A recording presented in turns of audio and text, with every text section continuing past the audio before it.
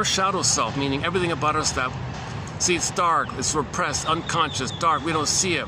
So that's why it's called a shadow. Like behind you, it's dark, you don't see behind you, right? It's kind of dark, like the camel. The camel doesn't see the hump. He can see the hump, and he can see the hump on the camel in front of him, but he doesn't see his own hump.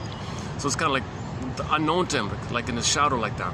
Also, when you walk, you don't see your shadow when it's behind you, kind of.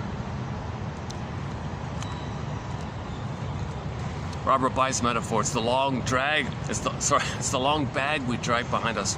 And everything about ourselves that we don't know, we put in this bag, and we drag this bag all of our lives. We put it in there, and then we spend the rest of our lives trying to get it back. So we put it in there and want to get it back. Now, what do we put in there? We put the story, okay? The quote-unquote destiny, the fate, the script, the traumatic script, the cards you've been dealt with. Okay?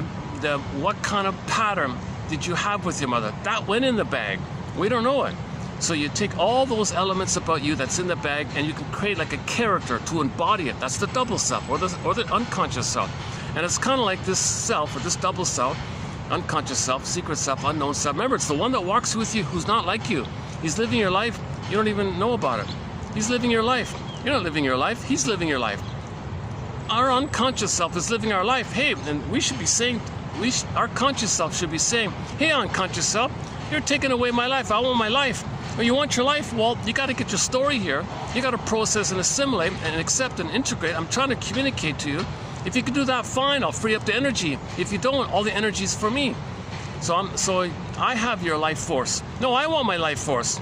The conscious says, I want the life force. He says, well, too bad. It'll only be given to you naturally by nature if you know your history. That's why I'm getting you to replay and repeat what happened so you can piece together the story. Okay, so for example, we have a pattern. When did we learn it? And to see ourselves engaged in it, an example of it, in a here and now example of it. Okay, so I've been borrowing this pyramid a fair bit. Okay, so you got a pattern. You learned it with your mother in the nursery, and that's why you're doing what you're doing. There's your gold like that. You're getting unknown stuff up. It's psychological golds. Like in Snow White, the miners would bring up gems and gold, right? So there's a psychological version of that. When you bring up something about you that you didn't know, it's like psychological gold, right?